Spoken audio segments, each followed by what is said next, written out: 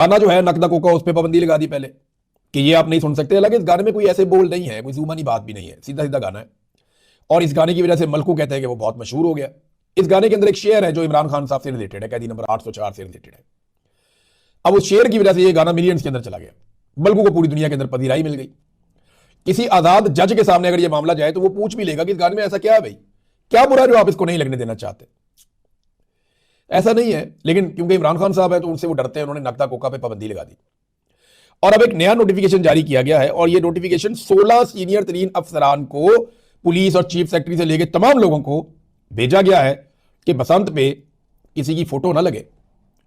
अब किसी की फोटो का मतलब यह है कि इमरान खान की फोटो ना लगे, कोई पार्टी का झंडा ना लगे, तो ये इसका मतलब यह है कि इमरान खान साहब की पार्टी का झंडा ना लगे। सादी बात है, सभी समझते हैं बात क्या है। डर इसी बात का है ना कि आपको आसमान पे इमरान खान साहब की तस्वीर वाली, उनके नाम वाली, उनके कैदी नंबर वाली, उनकी पार्टी के झंडे वाली पतंगें नजर आएंगी बसंत के दिन। तो इस पर भी उन्होंने पाबंदी लगा दी, दफा 144 हम लगा देंगे। आप अंदाजा करिए इमरान खान साहब से सिस्टम कितना डरा हुआ है, कितना खाइफ है, कितना परेशान है भी। अगर इस लेवल पे आप पहुंच गए हैं और आप इमरान खान का मुकाबला नहीं कर पा रहे, उसको आप डरा हुआ नहीं दिखा पा रहे, उसको आप सरेंडर नहीं करवा पा रहे, वो आपसे हार नहीं मान रहा, तो जाके उससे माफी मांग ले और जाके उससे सुलह कर ले और उसे बोले कोई रास्ता निकाल कर दे। सियासी आदमी है, वो आपको कोई ना कोई रास्ता निकाल कर दे भी देगा।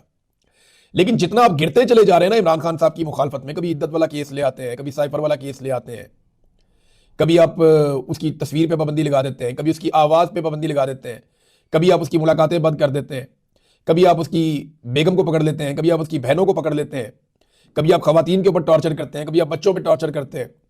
जगह जगह आप दरबदर हो रहे हैं, बाहर दुनिया में आप दरबदर हो रहे हैं। पाकिस्तान के अंदर यूनिवर्सिटियों के चक्कर लगा लगा के आप थक गए, कोई आपकी बात सुनने के लिए तैयार ही नहीं है।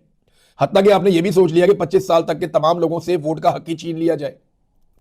जब आप इस हालत में आ गए हैं तो अब आप एक ज़हनी मरीज बन चुके हैं। ये प्रैक्टिकली ज़हनी मर्ज है और क्या है, आप मुकाबला ही नहीं कर पाएंगे पाकिस्तानियों का।